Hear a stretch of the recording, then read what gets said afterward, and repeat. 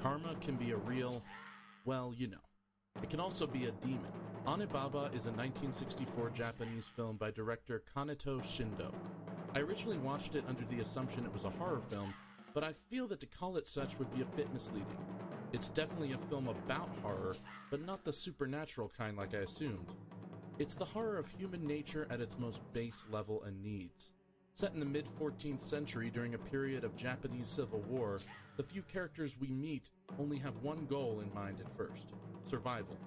Living alone in a vast and thick field of reeds, two women, one being the other's daughter-in-law, are killing fleeing wounded soldiers who find their way into the disorienting field and selling their armor to a local merchant, just to afford their next meal.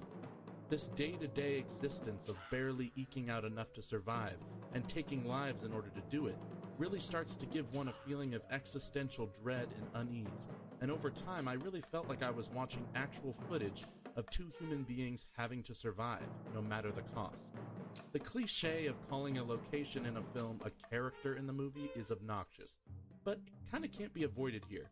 Shot in stark, mesmerizing black and white, the reed field itself, with its constant concealed mysteries and all-encompassing omnipresence, is a bit claustrophobic, or at the very least monotonous as wind blows its walls of reeds to and fro. When a man named Hachi escapes being killed at war and returns to tell the older woman that her son, the younger woman's husband, didn't make it, our real story begins. And it's a very minimal story. It's a slow burn, quiet, deliberately paced, and atmospheric, and it slowly boils and boils over time until finally erupting in the film's memorable final moments. The music, with its combination of traditional taiko percussion and jazz, drives every beat of every hammer and gives a thundering feeling of overall oppression.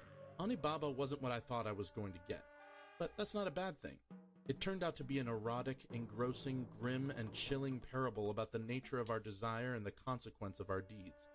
While it's odd to say, I occasionally see films that may not be an immediate contender on my all-time favorites list, but that I wouldn't change a single thing about, and that I believe to have perfectly achieved what they set out to do, and are as such perfect films.